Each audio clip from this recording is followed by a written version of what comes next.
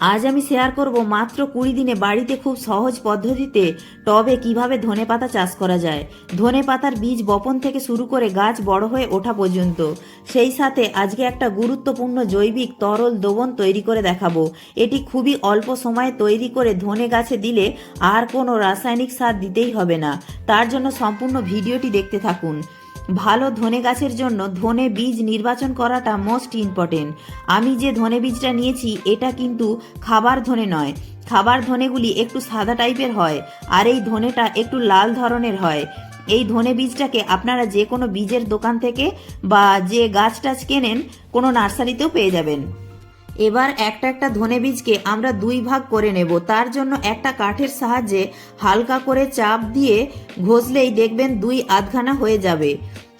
এবার এই বীজগুলিকে 24 ঘন্টা জলে ভিজিয়ে রাখতে হবে। এবার ধনে বীজ লাগানোর জন্য প্রথমে একটা এই রকম ফলের ট্রে নিয়েছি। এই ট্রেটার চারিদিকে চালের বস্তাকে কেটে টেপ দিয়ে আটকে রেডি করে নিচ্ছি। ভিডিওটি ভালো লাগলে অবশ্যই একটি লাইক করবেন। আপনাদের একটি লাইক আমাকে পরবর্তী ভিডিও বানাতে উৎসাহ জাগাবে। আর চ্যানেলে নতুন বন্ধু হয়ে থাকলে চ্যানেলটি সাবস্ক্রাইব করে পাশে থাকা বেল আইকনটি প্রেস করে দেওয়ার অনুরোধ রইল। তাহলে আমার দেয়া যে কোনো ভিডিওর আপডেট সবার আগে আপনার কাছে পৌঁছে যাবে। তো ট্রেটা তো রেডি করে নিয়েছি, এবার মাটি প্রস্তুত করে নেব। তার জন্য আমি নিয়েছি garden soil oh vermi compost. বাড়িতে খাওয়ার জন্য ধনেপাতা করছি, তো তাই আর কোনো রকম রাসায়নিক সার বা অন্য কিছু আর দিলাম না।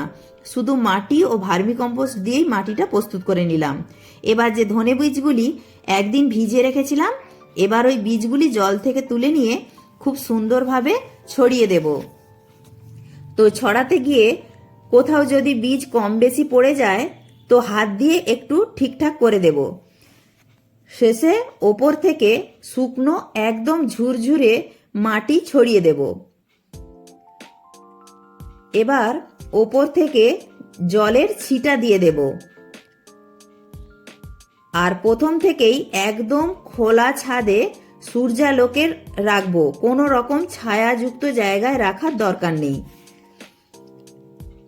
এবার রোজ বিকেলের দিকে একটু করে জলের ছিটা দেব।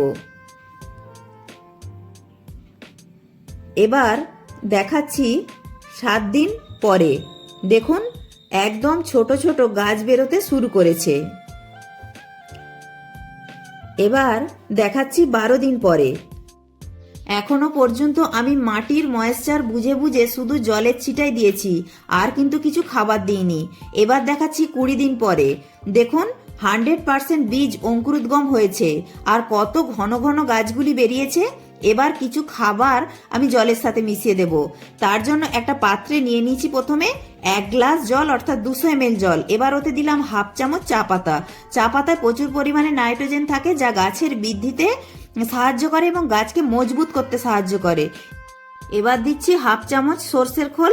এর মধ্যে বিভিন্ন রকমের মাইক্রো নিউট্রিয়েন্টস থাকে, যা গাছের সেরা খাবার বলা চলে। এবার দিচ্ছি হাফ চামচ কম্পোস্ট সার। এবার এই 3টে জিনিস ভালো করে জলের সঙ্গে মিশিয়ে নেব, আর 3 থেকে 4 দিন এই অবস্থায় রেখে দিতে হবে। তো ফিরে এলাম 3 থেকে 4 দিন পর। দেখুন কালারটাও একটু অন্যরকম হয়ে গেছে। আর এই খাবারটাকে কিন্তু সরাসরি গাছে প্রয়োগ করা যাবে না। এবার এর সাথে আরো 2 গ্লাস জল মিশিয়ে দেব। আগে আমরা 1 গ্লাস জল দিয়ে খাবারটা তৈরি করেছিলাম, এখন এর সাথে আরো 2 গ্লাস জল দিয়ে ভালো করে মিশিয়ে নিয়ে পাতলা করে নেব। তারপর একটা ছাঁকনির সাহায্যে ছেঁকে নেব। অর্থাৎ 200 ml জল এর সঙ্গে আগে খাবারটা মিশিয়েছিলাম, এখন আরো 200 400 ml জল মিশিয়ে পাতলা করে নিয়েছি। এবার এটাকে ছেঁকে নিলাম। আমরা প্রতিনিয়ত গাছে জল দিই, তো 20 দিন পর গাছ যখন একটু বড় হয়ে যাবে তখন আর শুধু জল না দিয়ে জলের সাথে এইভাবে মিশিয়ে খাবারটা পরপর 2-3 দিন দিলে দেখতে পাবেন গাছগুলি দ্রুত বৃদ্ধি পাবে আর গাছগুলি সতেজ থাকবে।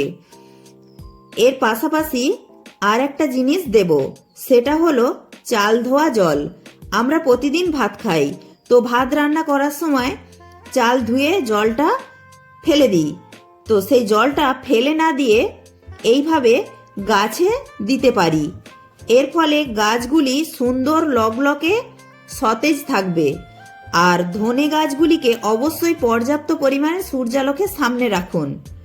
আর দেখতেই পাচ্ছেন গাছগুলি কত ঘন ঘন বেরিয়েছে, তাই কিছু গাছ গোড়া থেকে তুলে রান্না করে নেব।